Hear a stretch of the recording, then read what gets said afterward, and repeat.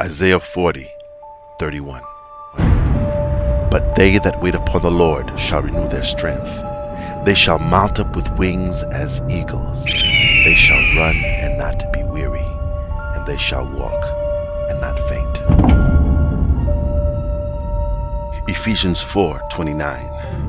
Let no corrupt communication proceed out of your mouth, but that which is good to the use of edifying, that it may minister grace unto the hearers.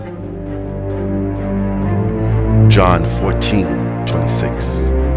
But the Comforter, which is the Holy Ghost, whom the Father will send in my name, he shall teach you all things and bring all things to your remembrance, whatsoever I have said unto you. Romans 12:1 and 2. I beseech you therefore, brethren, by the mercies of God, that ye present your bodies a living sacrifice, holy, acceptable unto God, which is your reasonable service.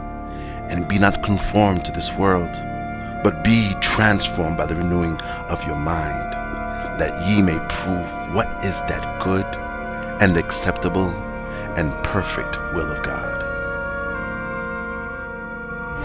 Psalm 27:4-6.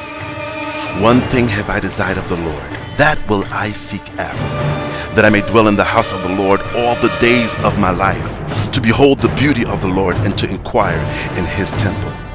For in the time of trouble he shall hide me in his pavilion.